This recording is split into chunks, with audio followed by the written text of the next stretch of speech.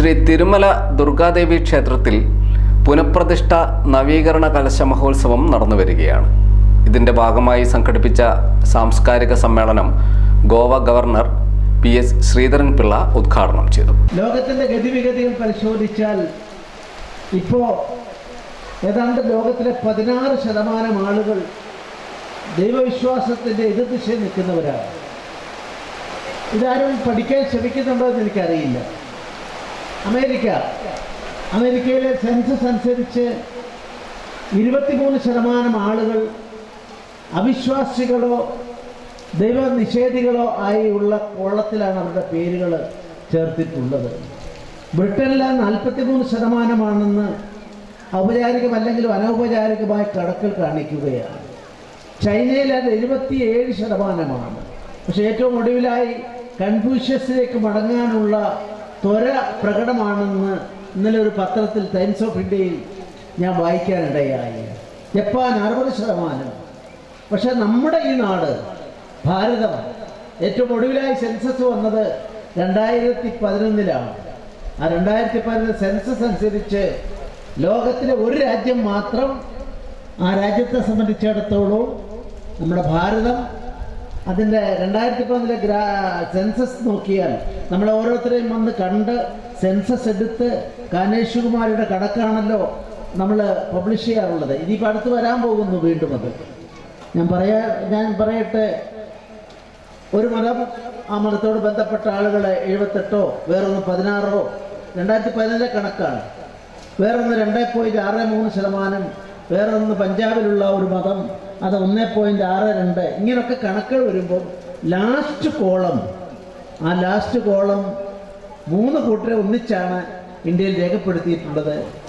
അത് നിരീശ്വരവാദികൾ ചോദ്യം ചോദിച്ചിട്ട് ഉത്തരം പറയാതെ മൗനികളായി മാറി നിന്നവർ, അതുപോലെ തന്നെ മറ്റുള്ള ദൈവവിശ്വാസത്തോട് ബന്ധപ്പെടാത്ത വിശ്വാസങ്ങളെ ഉള്ളിലേറ്റിട്ട് അതിൻ്റെ ഭാഗത്ത് നിൽക്കുന്നവർ, ഇതെല്ലാം ഒന്ന് നിങ്ങൾ പോയി പരിശോധിച്ചോളൂ.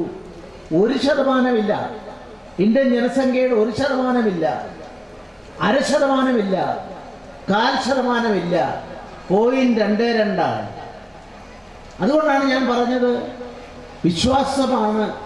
ഈ വിശ്വാസത്തെ ആഴത്തിൽ ജനങ്ങൾ നെഞ്ചിലേറ്റിയത് കൊണ്ടാണ് ബ്രിട്ടീഷുകാർ 16-ാം നൂറ്റാണ്ടിലാണ് ഈസ്റ്റ് ഇന്ത്യ കമ്പനി വന്നതെങ്കിലും 1835 മെക്കാളയുടെ സജഷനും 1858-ലോ 60-ലോ അദ്ദേഹം കൊണ്ടുവന്ന മെക്കാള വിദ്യാഭ്യാസ പദ്ധതിയും വരെ ഉള്ള കാലഘട്ടത്തിൽ ഒരിക്കലും ഇന്ത്യയുടെ ജനങ്ങളുടെ മനസ്സിൽ മാറ്റമുണ്ടാക്കാൻ സാധിച്ചില്ല.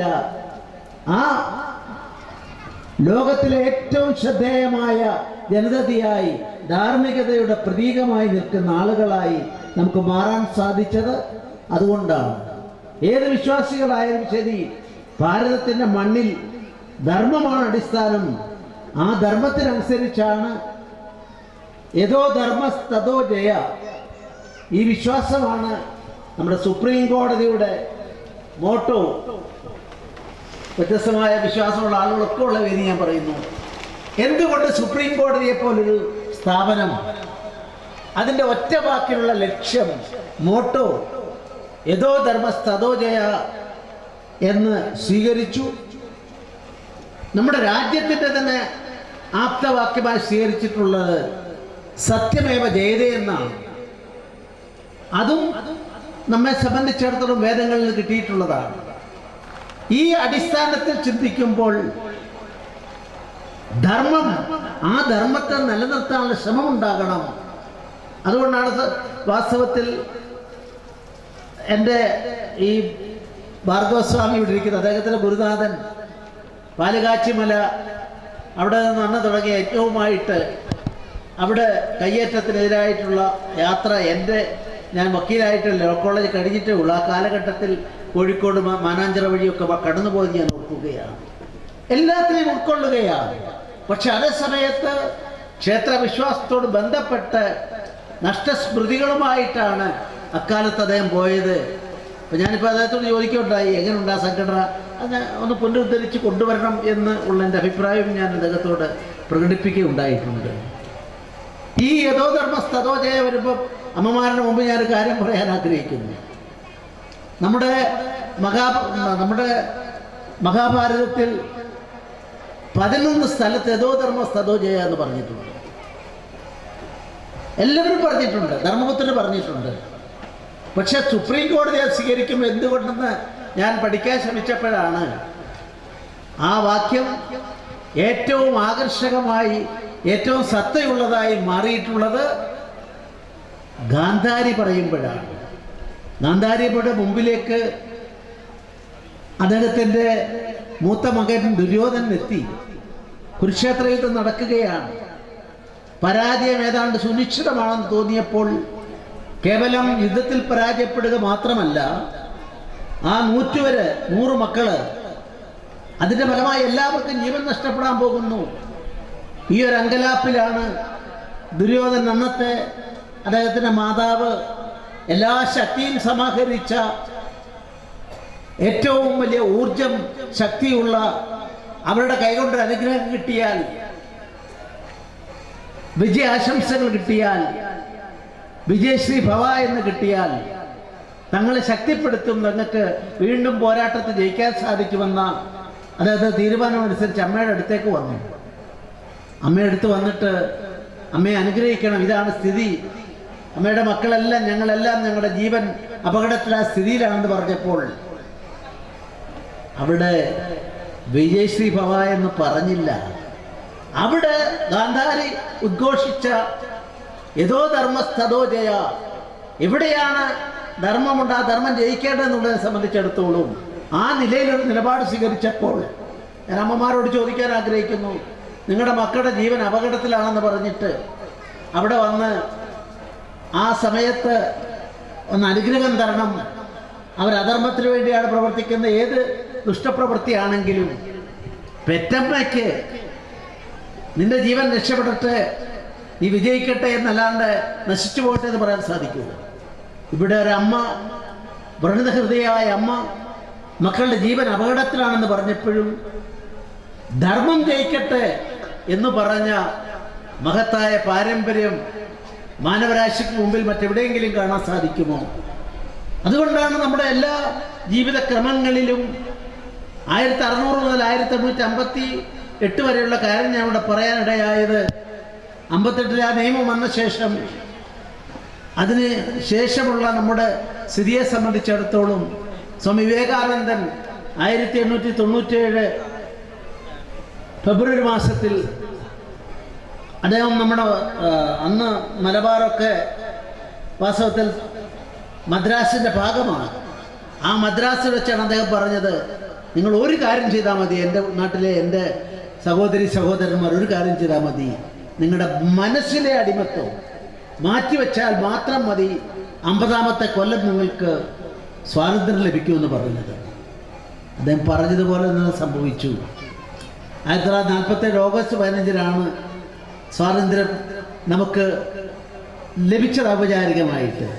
പക്ഷേ ബ്രിട്ടീഷ് പ്രധാനമന്ത്രിയായിരുന്ന ആറ്റ്ലെ 1947 ഫെബ്രുവരി 21-നാണ് ഇതാ ഞങ്ങൾ ഇന്ത്യ രാജ്യത്തിന് സ്വാതന്ത്ര്യം നൽകുമെന്ന് ഔപചാരികമായി പ്രഖ്യാപിച്ച ആ ദിവസം സ്വാമി വിവേകാനന്ദൻ പറഞ്ഞ 50ാമത്തെ കൊല്ലം പൂർത്തിയാകുന്ന അവസരത്തിലാണ്.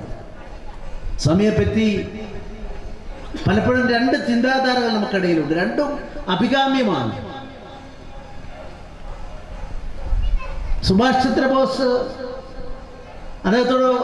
അദ്ദേഹം പറഞ്ഞൊരു ഇംഗ്ലീഷ് വാക്കുണ്ട്, you give me blood I will give you freedom. Gandhiji പറഞ്ഞു, അഹിംസയിലൂടെ ഇന്ത്യക്ക് സ്വാതന്ത്ര്യം കിട്ടൂ, എൻ്റെ മാർഗം അതാണ്, എൻ്റെ ധർമ്മം അതാണെന്ന് പറഞ്ഞു. ഈ രണ്ടിനും അതിൻ്റെതായ പ്രാധാന്യമുണ്ട്. അതുകൊണ്ടാണ് മഹാത്മാവ് എന്ന് ഗാന്ധിജിയെ ചിത്രീകരിച്ചത് നേതാജി സുഭാഷ് ചന്ദ്രബോസാണ്. സ്വാമി വിവേകാനന്ദൻ ഒരിക്കൽ പോലും അദ്ദേഹത്തിൻ്റെ ഏതെങ്കിലും ഒരു പുസ്തകത്തിൽ നിങ്ങൾക്ക് കാണാൻ സാധിക്കുമോ ബ്രിട്ടീഷുകാരെ അദ്ദേഹം വർഷിക്കാനോ മോശക്കാരാക്കാനോ ഒന്നും ചെയ്തില്ല. പക്ഷേ ഇന്ത്യൻ സ്വാതന്ത്ര്യ സമരത്തിൻ്റെ മുഴുവൻ ആളുകളെയും, ഗാന്ധിജി ആയാലും അതുപോലെ തന്നെ നേതാജി സുഭാഷ് ചന്ദ്രബോസിനെ ആയാലും ഋഷിമാരായ ആളുകളെ എല്ലാം നിങ്ങളെടുത്ത് നോക്കിക്കോളൂ. അവരെല്ലാം വിവേകാനന്ദൻ്റെ ആശയത്തിൽ നിന്നും പ്രചോദനം ഉൾക്കൊണ്ട് സ്വാതന്ത്ര്യ സമരത്തിൻ്റെ രണാങ്കണത്തിലേക്ക് എടുത്തിയാടിയവരാണ്. ഗാന്ധിജി എഴുതിയത് ഞാൻ വായിച്ചിട്ടുണ്ട്. വിവേകാനന്ദൻ്റെ പുസ്തകങ്ങളിലൂടെ പോകുമ്പോൾ, അദ്ദേഹത്തിൻ്റെ ആശയങ്ങളെ കാണുമ്പോൾ എൻ്റെ ഊർജം വായിക്കുന്നതിന് മുമ്പ് 1% 1000 മടങ്ങ് വർദ്ധിക്കുന്നുവെന്ന് പറഞ്ഞ ഗാന്ധിജിയുടെ പ്രചോദന ബിന്ദുവാരായിരുന്നു നേതാജി സുഭാഷ് ചന്ദ്രബോസ്. അദ്ദേഹത്തിൻ്റെ 16 വയസ്സ് പൂർത്തിയാകും മുമ്പ് വിവേകാനന്ദൻ്റെ എല്ലാ ഗ്രന്ഥങ്ങളും വായിച്ചു എന്നാണ് ചരിത്രം രേഖപ്പെടുത്തിയിട്ടുള്ളത്. അങ്ങനെ ഒരു തലമുറ വളർന്നു വന്നു. മഹർഷി അരവിന്ദേക്കാൾ വലിയൊരു വിപ്ലവകാരിയെ സ്വാതന്ത്ര്യ സമര പ്രസ്ഥാനത്തിൽ കാണാൻ സാധിക്കുമോ? അദ്ദേഹത്തിൻ്റെ അച്ഛൻ ഭയങ്കര ബ്രിട്ടീഷ് ഭക്തനായിരുന്നു. ബംഗാളിൽ നിന്ന് 3 മക്കളാണ് ഉള്ളത്. 3 പേരെയും കൊണ്ടുപോയി അദ്ദേഹം അവിടെ സായിപ്പിൻ്റെ വീട്ടിൽ താമസിപ്പിച്ച്, പേയിങ് ഗസ്റ്റായി താമസിപ്പിച്ച്, ഒരിക്കലും ബംഗാളി പോലും പഠിക്കരുത് എന്ന് ശഠിച്ചു. അരവിന്ദാശ്രമത്തിലെ അരവിന്ദൻ നമ്മൾ പിന്നെ അറിയുന്ന വിപ്ലവകാരിയായ അരവിന്ദൻ, വിപ്ലവത്തിന് നേതൃത്വം കൊടുത്ത് ജയിലറകളിൽ കിടന്ന അരവിന്ദൻ 3ാമത്തെ മകനായിരുന്നു. ആ 3ാമത്തെ മകൻ, നിങ്ങൾ ആലോചിക്കുക, ഒരു ബ്രിട്ടീഷുകാരനായ സായിപ്പിന് പോലും കിട്ടാത്ത മാത്രം ബുദ്ധിശക്തിയും പഠനത്തിൽ മിടുക്കനുമായതുകൊണ്ട് അന്നത്തെ ബ്രിട്ടീഷ് സംവിധാനം അയാളുടെ എല്ലാ ചെലവുകളും അവരാണ് വഹിച്ചത്. ICSc റാങ്ക് ഹോൾഡറാ. അവസാന ദിവസം ICSന്റെ ഏറ്റവും ഒടുവിൽ അത് പ്രഖ്യാപിക്കുന്ന ദിവസം ഒരു ചടങ്ങുണ്ട്. കുതിരപ്പുറത്ത് അരവിന്ദൻ കയറി, ആളുകളുണ്ടാവും. പക്ഷെ ഒരു കിലോമീറ്റർ പോയി അതിലും വിജയിച്ചു എന്ന് വരണമെന്ന് കണ്ടപ്പോൾ ആ ദിവസം രാവിലെയാണ് അദ്ദേഹത്തിന് അതിനെ സംബന്ധിച്ച് മനസ്സിലായിട്ട് അദ്ദേഹം പറഞ്ഞു, no, I am not going. എൻ്റെ നാടിൻ്റെ സ്വാതന്ത്ര്യമാണ് വേണ്ടത്. ബംഗാളി പോലും പഠിപ്പിക്കാതെ ഇംഗ്ലീഷിലൂടെ വളർത്തിക്കൊണ്ടുവന്ന മകൻ ഇങ്ങനെ കേട്ടെന്ന് പറഞ്ഞപ്പോൾ അദ്ദേഹത്തിന് അച്ഛനുണ്ടായ വികാരം ചരിത്രം രേഖപ്പെടുത്തിയിട്ടുണ്ട്. ആ വിപ്ലവകാരികൾ, ഇങ്ങനെയുള്ള ആളുകളെ പറ്റിയെല്ലാം നമ്മൾ ചിന്തിക്കുമ്പോഴാണ് ഈ രാജ്യം സടകുടഞ്ഞ് എഴുന്നേൽക്കുകയാണ്. ഈ രാജ്യത്തെ സംബന്ധിച്ചിടത്തോളം എല്ലാ വിശ്വാസങ്ങളെയും നമ്മൾ മാനിക്കുന്നു. സർവ ധർമ്മ സമഭാവം, എല്ലാം ധർമ്മങ്ങളാണ്. ആ ധർമ്മങ്ങളെ തീർച്ചയായും ഉൾക്കൊണ്ടുകൊണ്ട് അതേസമയത്ത് ഷടനോട് ശാഠ്യമെന്ന നിലപാട് സ്വീകരിച്ചുകൊണ്ട് ഇന്നത്തെ പാകിസ്ഥാനുമായി ഉണ്ടായ പ്രശ്നങ്ങളിലൊക്കെ ആ നിലപാടാണ്. ആ നിലപാടുകൾക്ക് ലോകം മുഴുവൻ അംഗീകാരം നൽകുകയാണ്. ചൈന പോലും അതിന് ഇന്ത്യക്ക് അനുകൂലമായി ചരിത്രത്തിൽ ആദ്യമായി ഒരു പ്രസ്താവന നടത്തുന്ന സാഹചര്യത്തിലേക്ക് കാര്യങ്ങൾ എത്തിയിരിക്കുകയാണ്. ഞാൻ ഈ പറഞ്ഞു വരുന്നത്, നമ്മുടെ ഗ്രാമക്ഷേത്രങ്ങൾ സംസ്കാര സമ്പന്നരായ മാനവരാശിക്ക് മാതൃകയാകുന്ന തലമുറയെ വാർത്തെടുക്കുന്ന ഏറ്റവും വലിയ കേന്ദ്രമായി വീണ്ടും ഇതാ മാറിക്കൊണ്ടിരിക്കുന്നു. അതുകൊണ്ടാണ് നളന്തയിൽ, മലയാളത്തിലെ പത്രം പുറത്തിട്ടത് എനിക്കറിയില്ല, ഏതെങ്കിലും ഒരു പത്രം ഒരു വരി എഴുതിയോ? നളന്തയിൽ എന്തായിരുന്നോ പഴയ കാലത്തുണ്ടായിരുന്നത് അതേ പ്രഭാവത്തോടെ ഏതാണ്ട് അതിനെ അതുപോലെ എടുത്ത് അതിൻ്റെ തന്നെ തകർന്ന് കടന്നതെല്ലാം സമാഹരിച്ചുകൊണ്ട് ചെയ്യുമ്പോൾ 17 രാജ്യങ്ങളാണ് അതിനുവേണ്ട പണം ചെലവഴിച്ചത്. ആ മഹാസംഭവം നടന്നിട്ട് ഒരു വരി പോലും 2 മാസം മുമ്പ് നടന്നിട്ട് എഴുതാത്ത ഇന്ത്യയിലെ ഏക ഭാഷ മലയാളമാണ്, കേരളമാണെന്ന് പറയുന്നതിൽ എനിക്ക് വേദനയുണ്ട്. ഇപ്പം നമ്മളെല്ലാം അങ്കലാപ്പിലാണ്. ഓരോ ദിവസവും വരുന്ന വാർത്തകൾ, മാറ്റിനി ഷോയിലും സിനിമാ രംഗത്തുമൊക്കെയുള്ള ഹീറോകളൊക്കെ ഇന്ന് സംഭവിച്ചുകൊണ്ടിരിക്കുന്നത് എന്താണ്? തലമുറ സുരക്ഷിതമാണോ? നിങ്ങളുടെ കുട്ടികൾ നാളെ സുരക്ഷിതമാണോ? ഓരോ രക്ഷിതാക്കളും ചിന്തിക്കേണ്ട വിഷയമാണ്. അവിടെയാണ് എ പാർട്ടി ബി പാർട്ടിയെ കുറ്റം പറഞ്ഞതുകൊണ്ടോ ചീത്ത പറഞ്ഞതുകൊണ്ടോ ഭരണകക്ഷിയെ പ്രതിപക്ഷം കുറ്റപ്പെടുത്തിയത് കൊണ്ടോ ഇതൊരു രാഷ്ട്രീയ പ്രശ്നമല്ല, ഇതൊരു കുടുംബത്തിലെ പ്രശ്നമാണ്, നാട്ടിലെ പ്രശ്നമാണ്. ഈ നിലയ്ക്കുള്ള രവിവാര പാഠശാലകളും പഠന കേന്ദ്രങ്ങളും സത്യാനന്ദ സരസ്വതിയെ പറ്റി ഞാൻ ചോദിക്കാനിടയായത് അതുകൊണ്ടാണ്. അദ്ദേഹം ഇതെല്ലാം പ്രായോഗികമായി ശ്രമിച്ചത് വിജയിച്ചോ എനിക്കറിയില്ല. പ്രായോഗികമായിട്ട് അദ്ദേഹത്തെ അത്തരത്തിൽ സാമ്പത്തികമായി തകർക്കുന്ന ശക്തികൾ അതിനെ തകർത്തു എന്നുള്ളത് വസ്തുതയാണ്. പക്ഷേ നേരിട്ട് ഇതൊക്കെ പറഞ്ഞ ഒട്ടേറെ ആളുകൾ നമുക്കിടയിലുണ്ട്. അവരുടെ വിളംബരങ്ങളും അവരുടെ ശബ്ദവുമൊക്കെയാണ് മുഴങ്ങേണ്ടതായിട്ടുള്ളത്. തീർച്ചയായും അതിന് നമുക്ക് സാധിക്കും. വിശ്വാസം, ആ വിശ്വാസം നമ്മുടെ മനസ്സിൻ്റെ അടിത്തട്ടിൽ നിന്നുള്ള വിശ്വാസമാകണം. ഇപ്പോൾ ദീപാരാധനയ്ക്ക് നിങ്ങൾ പോകുമ്പോൾ നിങ്ങൾ ആലോചിച്ച് നോക്കുക, എന്തൊക്കെ പ്രശ്നങ്ങളുണ്ട്.